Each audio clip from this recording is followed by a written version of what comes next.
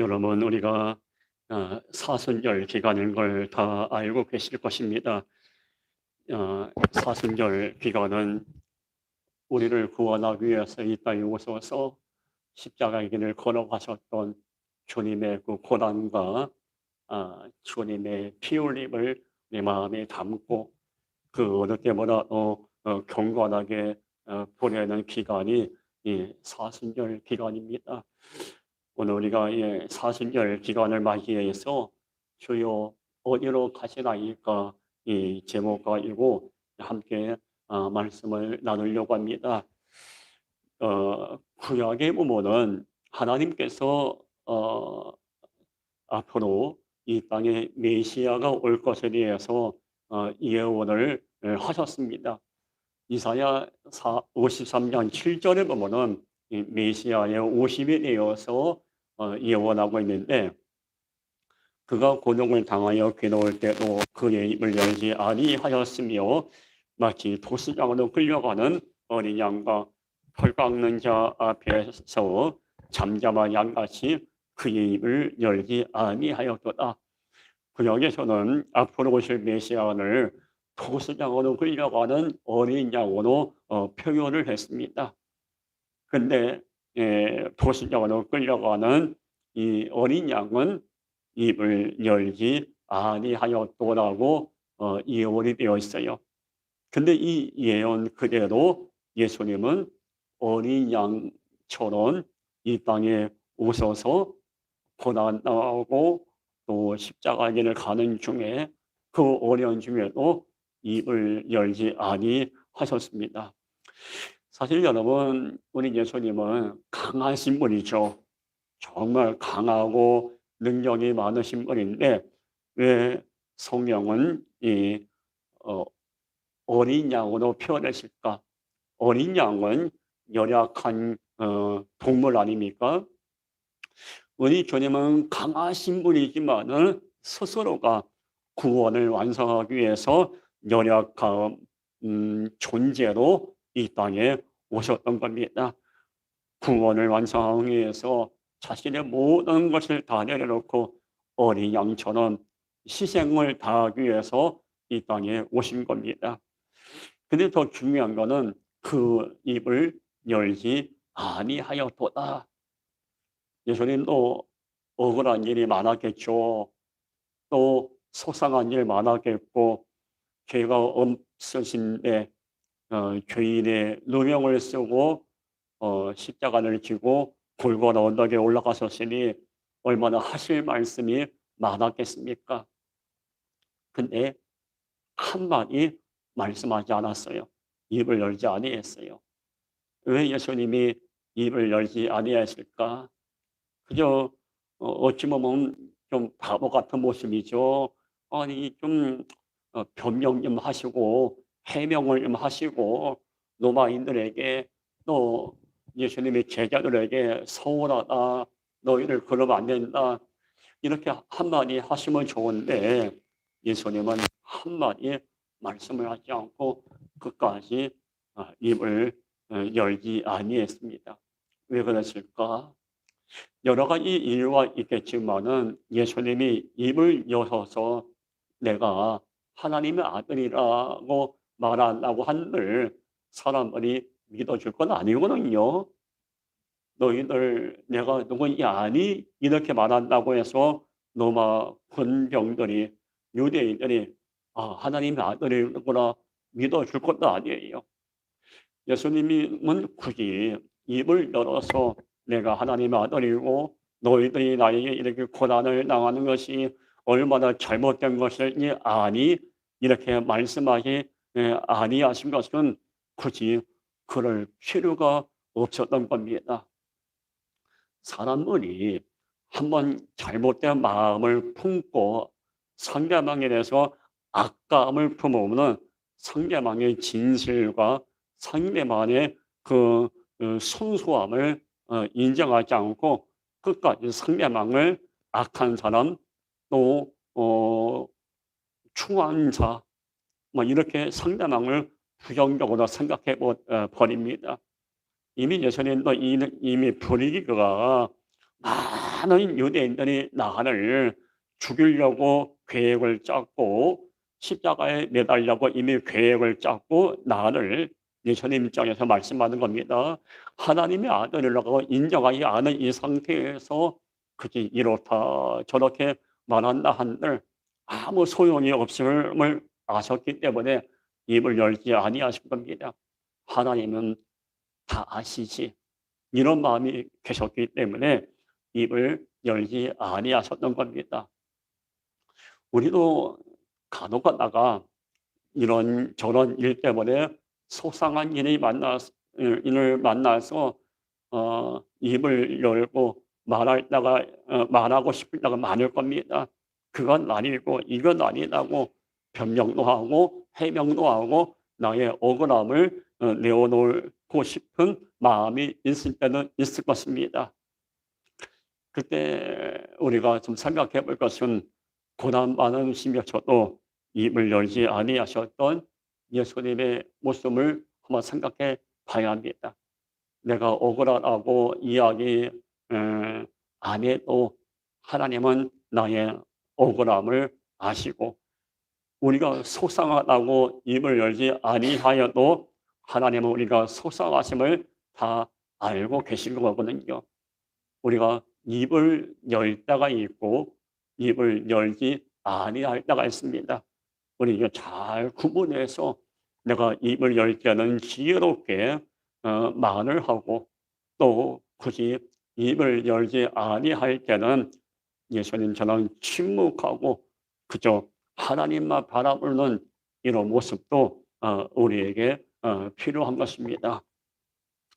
오늘 고난 받으신 고난 받기 위해서 이 땅에 오신 어린 양 예수 그리스도 안타까운 게 있어요. 오늘 요한복음 13장 36절은 베드로의 고백인데 베드로는 예수님이 이 땅에 고난 받기 위해서 오신 어린 양 희생양으로 생각을 안 한 것 같아요. 오늘 본문에 보니까 요한복음 13장 36절 보면은 시몬 베드로가 이르되 주여 어디로 가시나이까? 베드로가 뜬금없이 예수님 어디로 가십니까? 질문을 합니다. 근데 여러분 과연 베드로가 예수님이 어디로 가시는지 몰랐을까요? 이 땅에 왜 오셨는지 몰랐을까요? 예수님 베드로는 예수님이 이 땅에 오셨던 정말 근본적인 이유는 알고는 있었어요. 그러나 베드로 마음속에는 주님이 가시는 길이 정말 십자가 길일까? 굳이 그 십자가 길을 갈 필요가 있을까? 이런 마음을 품게 됩니다. 지금 예수님은 이 당시에 인기가 최고였거든요. 평론가, 정치적인 지도자로 많은 백성들에게 최고의 인기를 얻고 있었어요. 오병이어 기적을 베풀어서 먹을 것을 나눠줬고 바리새인과 사두개인들은 배고픈 이들에게 먹을 걸 주지 않았거든요. 그 예수님은 오병이어를 통해서 먹을 것을 주고 백성만의 배고픔을 해결해 주었으니 인기가 올라갈 수밖에 없는 것이요. 바리새인 사두개인 유대인들은 병든 자를 고쳐주지 않았거든요. 근데 예수님은 병든 자를 고쳐줬어요. 당연히 사람들의 인기가 올라가고 사람들의 주목받고 저 예수를 우리가 왕으로 삼자 이런 분위기였거든요. 그러니까 베드로뿐만 아니라 12 제자들도 예수님이 십자가의 길, 구원의 길이 아니라 정치의 길, 이 권력의 길로 가길 원했던 겁니다. 그래서 예수님이 권력을 잡으면은 자기들도 요즘처럼 국무총리, 장관 하나 그런 자리 하나 차지하려고 마음을 먹고 있었어요. 그런 배경에 깔려 있었기 때문에 베드로는 예수님께 주여 어디로 가시나이까? 정말 십자가의 길을 가길 원하십니까? 이 내용이 이 안에 포함되어 있는 겁니다. 여러분 우리 주님은 베드로가 질문한 것처럼 주님이 가셨던 길은 십자가의 길입니다. 십자가의 길이고 어찌 보면은 나를 죽이고 남을 살리는 길을 가셨어요. 다시 말씀드릴게요. 나를 죽이고 남을 살리는 십자가의 길을 걸어가셨던 겁니다. 희생의 길이었고 눈물의 길이었고 피 흘리는 길이었어요. 그 예수님의 피 흘린 십자가의 길이 있었기에 그 예수님을 믿는 우리는 구원을 받고 하나님의 자녀가 되었던 겁니다. 그 십자가의 길은 나를 포기하고 또 고난을 받아야 하고 멸신을 받아야 하고 또 고통 중에 죽어야 할 길이 십자가의 길이었습니다. 예수님이 뭐가 아쉬워서 이 십자가 길을 가셨을까요? 한 가지 이유입니다. 여기는 저와 여러분을 너무너무 사랑하셨기 때문에 그 십자가의 길을 걸어가셨던 겁니다. 2000년 전에는 예수님이 우리를 구원하기 위해서 십자가의 길을 걸어가셨습니다. 2000년이 지난 지금은 이제는 우리가 주를 위해서 십자가의 길을 걸어갈 수 있어야 하는 것입니다. 십자가의 길을 걸어간다는 것은 어떤 의미일까요? 어렵게 생각할 거 없어요. 십자가의 길을 걸어간다는 것은 어려울 때일수록 우리가 나라와 한국교회에서 눈물로 기도하는 것, 이게 십자가의 길을 걸어가는 거예요. 흔들리지 않고 사명을 끝까지 감당하는 것, 이게 십자가의 길이에요. 요즘처럼 예배가 재개를 받고 불합리하게 너무 형평성에 어긋나게 누구든지 알듯이 예배를 핍박하는 이 시대에 그럼에도 불구하고 예배 자리를 지키는 것, 이게 바로 십자가의 길을 걸어가는 거예요. 힘들고 어렵고 참 여러 가지 문제 가운데 있지만은 주님만 바라보면서 주님 보시기에 성숙한 모습으로 살려고 몸부림치는 것, 이게 바로 십자가의 길을 걸어가는 거예요. 여러분, 우리가 한번 우리의 모습 한번 가만히 돌아볼까요? 우리 지금 십자가의 길을 걸어가고 있습니까? 우리의 모습 한번 가만히 돌아봐요. 우리가 정말 예수님의 피값으로 구원받은 자들이라면은 주님의 은혜에 보답하는 마음으로 이 십자가의 길을 걸어가야 하는데 그러지 못할 때가 얼마나 많습니까? 우리 성도들이 많은 기도를 합니다. 그 많은 기도 가운데 하나님, 나에게 축복을 주옵소서. 건강의 문제가 해결되기 원하고 물질이 문제가 해결되기 원합니다. 내 자녀들 좋은 대학 가길 원합니다. 뭐 이런 기도를 참 많이 하죠. 당연히 그런 기도 하셔야 돼요. 하나님은 그런 기도 다 응답해 주십니다. 그런데 우리가 그런 기도보다 더 간절히 기도할 기도 제목이 있습니다.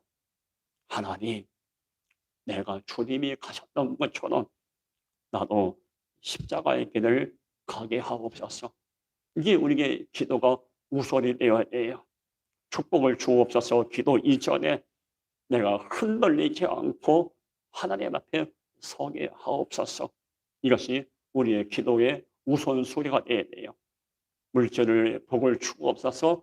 이 기도도 필요하겠지만은 하나님, 지금 저는 혼탁한 이 시대에 우리가 한국 교회를 위해서 더 눈물로 기도하게 하옵소서. 이게 기도의 우선이 되어야 돼요. 이게 바로 십자가의 길을 걸어가는 자들의 귀한 모습입니다. 다음 주부터 고난주가 특별 새벽 기도를 합니다. 여러분 교회 나오셔서 기도하셔도 좋으시고 집에서 형편상 못 나오면은 새벽 5시에 온라인으로 새벽 예배에 동참하셔야 되고 정 피곤하셔 못 나오시면 부담 갖지 마시고 여러분 이 고난주간만큼은 깨어서 정말 우리가 나라와 한국교회를 위해서 기도하셔야 돼요. 얼마 아시지만은 우리나라가 어려울 때일수록 성도들은 깨어서 눈물로 기도했습니다. 하나님, 나에게 좋은 땅을 주시고 내 건강이 회복되게 하시고 내가 원하는 모든 계획을 해결해 주옵소서. 이 기도보다 지금은 하나님 이 땅이 회복되게 하시고 이 땅이 공평과 정의가 회복되게 하옵소서. 지금 성도들의 기도가 그 어느 때보다 더 간절히 필요할 때입니다. 여러분, 주님이 가셨던 길은, 주님의 삶은 단 한 번도 예수님을 위한 삶이 아니었어요. 다 남을 위한 삶이었어요. 고난받고 소외되고 병들고 인정받지 못한 그들을 위한 주님의 삶이었고, 특별히 예수님은 예루살렘에 있는 교회가, 예수님은 말씀하셨지만 내 집은 만민이 기도하는 집이라고 하셨지만은 예루살렘 교회는 당시에 기도의 소리가 멈췄고 인본주의로 무너졌어요. 그걸 보고 예수님은 교회가 무너지는 걸 보고 예수님은 참 눈물로 기도 많이 하셨습니다. 지금 우리도 예수님의 마음을 품고 한국교회가 지금 여러분 어떻게 생각할지 모르 지금 한국교회는 지금 초토화가 됐어요. 완전히 마비가 돼버렸어요. 완전히 초토화가 되고 신천지보다 더 악한 혐오 집단으로 무너져 버렸어요. 이런 이 시대에 우리가 정말 한국교회의 회복을 위해서 기도하지 아니하면은 이 한국교회와 이 땅은 소망이 없는 거예요. 베드로가 예수님께 주님 어디로 가십니까? 질문하고 난 다음에 뭐라고 고백합니까? 요한복음 13장 37절 보니까 베드로가 이르되 주여 내가 지금 어찌하여 따라갈 수 없나이까? 주를 위하여 내 목숨을 버리겠나이다. 여러분 멋있죠? 예수님, 내가 주님을 위해서 내 목숨 버리겠다. 참 멋있고 아름다운 감동적인 고백이죠. 그러나 베드로는 자기가 하는 고백대로 목숨을 버리지 않았습니다. 예수님 잡히시는 날 밤에 나는 예수님 모른다고 부인했죠. 그때 베드로는 그 모닥불에 앉아 있으면서 예수님을 주를 위해서 목숨을 버리겠다고 고백했던 내가 한 비자, 잃어보면 한 비자에게 나는 예수님을 모른다고 부인했던 자기의 모습을 보고 베드로는 내가 이거밖에 안 되는가? 자신을 보고 부끄러웠을 것입니다. 환경에 따라 분위기에 따라서 주를 위하여 목숨을 버리겠다고 고백하고 한 베드로가 로마 군인들에게 잡혀갈 수밖에 없는 이 상황에서 자기는 살아보려고 주님을 모른다고 부인했던 이 카멜론 같은 자신의 모습을 보고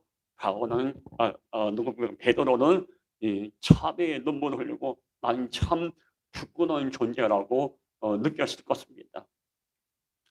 오늘 어찌 보면 이 베드로의 모습이 바로 우리의 모습이에요. 베드로가 저는 우리는 환경에 따라서 우리의 신앙이 너무 기복이 많을 때가 얼마나 많은지 몰라요. 부흥회 때 은혜 받거나 우리 학생들 청년들 있지만 학생들 청년들 여름방학 겨울방학에 연합 수련회 가면은 찬양 시간에 은혜 받고 또 말씀을 은혜 받고 주를 위해 헌신하겠습니다. 하나님 앞에 올바로 서겠다고 막 다짐하고 결단을 했지만은 삶을 살아가면서 여러 가지 어려운 순간을 만나고 여러 가지 문제를 만나면은 베드로처럼 무너질 때가 얼마나 많이 있는지 모릅니다. 여러분, 오늘 분명히 하는 것은 주를 위하여 내 목숨을 버리겠나이다. 이 베드로의 이 어리석은 모습이 우리의 모습이 돼서는 안 되는 거예요. 여러분, 요한복음 3장 요한복음 1장 1서 3장 16절 보면은 이런 말씀이 있어요. 그가 우리를 위하여 목숨을 버리셨으니. 자, 보세요. 방금 전에 베드로는 내가 주를 위해 목숨을 버리겠다고 고백을 했지만은 고백한 대로 하지 않고 주님을 부인했어요. 근데 예수님은 12 제자에게 늘 평상시에 나는 너희를 위해서 목숨을 버리겠다고 한마디 말씀하지 않았어요. 말씀하지 아니하시고 그냥 자신의 삶을 통해서 진짜 목숨을 버리셨어요. 베드로는 말만 하다가 주님을 배신했고 주님은 말씀도 하지 아니하시고 깊은 마음으로 정말 목숨을 내어놓고 우리 모든 인류에게 구원이라는 선물을 허락해 주셨어요. 예수님의 생명을 건 그 사랑은 베드로의 그 말만 하는 그런 거짓된 고백하고는 비교가 안 되는 거예요. 여러분, 우리를 위해서 목숨을 버리셨던 예수님, 그 예수님의 그 귀한 모습을 우리가 가만히 돌아볼 필요가 있어요. 예수님은 생명을 다해서 우리를 사랑하셨는데 우리는 생명을 다해서 예수님 사랑하고 있습니까? 예수님은 생명을 다해서 예배자의 자리, 기도의 자리를 지키셨는데 우리는 생명을 다해서 예배자의 자리를 지키고 계십니까? 우리 예수님은 목숨을 생명을 내어놓고 우리에게 모든 걸 내어놓고 복음을 전하셨는데 우리는 그 주님처럼 생명을 걸고 나에게 맡긴 사명을 감당하고 있는가? 우리의 모습을 한번 가만히 돌아봐야 돼요. 지금 40년 시간에 우리는 나의 모습을 돌아보면서 혹시 베드로처럼 말로만 예수님을 위해서 목숨을 버리겠다고 고백해 놓고 어려운 순간을 만나면 입 싹 닦는 이런 이중적인 모습이 내 안에 있지 아니한가? 가만히 돌아봐야 돼요. 그렇게 예수님에게 사랑을 받았던 도마시마는 손에 있는 못자국과 창자국을 만져봐야 믿겠다고 했던 도마처럼 우리는 주님을 의심하고 주님의 존재를 우습게 여기지 아니한가? 우리의 모습을 가만히 돌아볼 필요가 있는 거예요. 우리가 정말 예수님의 마음을 품고 생명을 다해서 서로 사랑하고 주님처럼 섬기고 서로 이해하면은 우리 공동체는 이 땅은 지금보다 더 밝을 거예요. 근데 주님의 마음이 없으니까 정말 예수님 아시잖아요. 생명 걸고 우리 사랑하셨거든요. 근데 우리는 생명을 걸고 비난하고 모함하고 막 정죄하고 있는 말 없는 말 끄집어내서 상대방을 막 내리쳐버립니다. 이때 우리가 품어야 할 것이 뭘까요?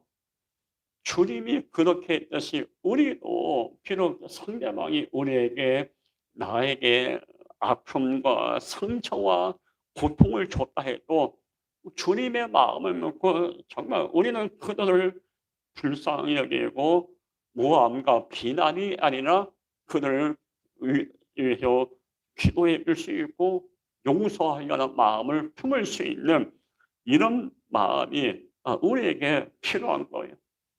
근데 가면 갈수록 지금 이 사회는 상대방을 생각하는 마음이 메말라 가고 있어요. 손해보지 않으려고 하고 조금 더 배려하지 않고 조금 더 상대방의 입장을 고려하지 않고 내가 내 고집만 앞세우고 내 입장만 앞세우는, 갈수록 정이 메말라하고 있고 갈수록 각박해져가는 시대입니다.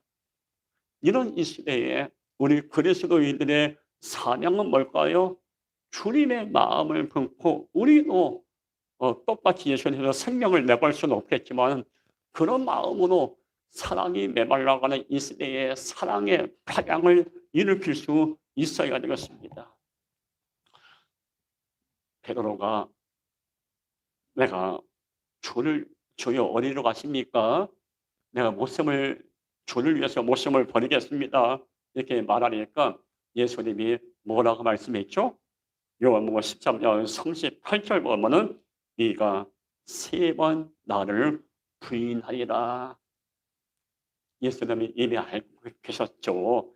저 베드로가 좀 지나면은 나를 부인하고 도망갈 걸 알고 계셨어요.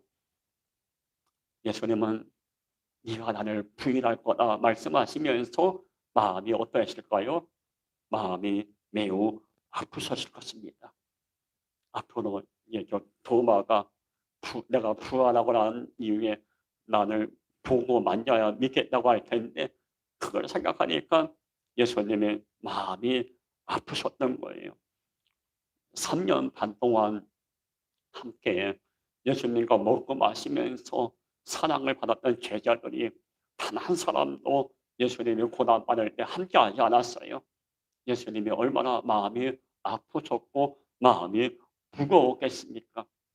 어찌 보면은 2000년 전에 12 제자들은 그렇게 많은 은혜와 기적을 체험하고 사랑을 받았지만은 베드로는 주님을 부인했고 가는 유다 예수님을 팔아넘기고 도마는 의심했고 두 제자는 엠마오로 내려가고 나머지 제자들은 주님이 가장 힘들고 어려울 때 끝까지 침묵하셨어요. 예수님은 철저하게 버림받으셨고 배신 나가셨고 철저하게 모욕을 당하셨어요. 누구에게? 3년 반 동안 사랑을 베푸셨던 제자들에게. 이게 예수님이 가졌던 길입니다. 여러분, 그러면 우리가 가만히 생각해 볼 때 2000년이 지난 지금 우리는 제자들처럼 나의 삶을 통해서 예수님이 마음이 아프시게 하는 일이 없어야 돼요. 예수님이 나를 보실 때 마음이 아프시거나 안타까워하는 일이 없어야 돼요. 저 가만히 한번 생각해 볼까요? 쉽게 표현하면 지금 주님이 여러분의 삶을, 너의 최모사의 삶을 볼 때 정말 기뻐하실까? 근심하고 안타까워하실까? 우리의 모습을 한번 가만히 돌아봐야 돼요. 우리는 어떤 일인 이 제자들처럼 주님께 근심과 상처와 아픔을 드리는 일이 없어야죠. 우리는 2000년 전에 우리를 위해서 십자가에서 돌아가시고 구원을 완성하셨던 예수님께 기쁨을 드리고 오히려 예수님의 마음을 어루만지시고 예수님이 우리에게 원하시는 그 귀한 삶을 살아갈 수 있어야죠. 어떻게 하면 우리가 예수님을 기쁘게 할 수 있을까? 예수님의 마음에 아픔과 상처를 주는 것이 아니라 어떻게 하면 예수님 마음에 그 감동을 줄 수가 있을까? 여러분, 마태복음 11장 29절에 나와요. 나는 마음이 온유하고 겸손하니 나의 멍에를 메고 내게 배우라. 정말 우리가 예수님에게 감동을 드릴 수 있는 가장 좋은 방법은 마태복음 11장 29절처럼 마음이 온유하고 겸손한 마음을 품는 거예요. 근데 우리는 이 땅에 살면서 온유하고 겸손한 마음이 아니라 아까처럼 정말 남을 비난하고 정죄하고 상처를 주는 악한 마음을 품을 때가 얼마나 많습니까? 정말 우리가 하나님의 자녀고 그리스도인이라면은 마태복음 11장 29절 말씀처럼 주님의 그 온유한 마음을 우리가 품고 겸손하셨던 예수님의 마음을 품으면서 하루하루 살아가야 돼요. 그럴 때 예수님은 우리를 보고 감동받으시고 기뻐하시는 거예요. 여러분, 근데 참 그대로 감사한 게 있어요. 오늘 본문에 보면 베드로는 내가 주를 위해서 목숨을 버리겠나이다 했지만은 오히려 주를 부인했잖아요. 그렇지만은 사도행전 2장에 오순절날 마가의 다락방에 모였던 제자 베드로는 성령 충만을 받고 인격과 삶이 변화됩니다. 그러면서 성령 충만한 이후에 정말 베드로는 자기가 고백한 대로 주를 위해서 목숨을 바쳐서 복음을 전합니다. 그리고 결국 베드로는 목숨을 다해 복음을 전하다가 십자가에 거꾸로 달려 순교합니다. 여기서 중요한 것은 성령 충만하기 이전에 베드로는 말만 하고 행함으로 옮기지 않은 어리석은 모습이었지만은 성령 충만한 이후에 베드로는 정말 말 한대로 목숨을 다해서 사명 감당하고 주어진 십자가계를 완주했던 자입니다. 여기서 우리의 모습을 돌아볼 때 우리도 성령 충만하기 전에 베드로의 모습이 내 안에 가득 있는가? 아니면 성령 충만한 이후에 베드로의 모습이 내게 있는가? 우리의 모습을 가만히 돌아볼 필요가 있어요.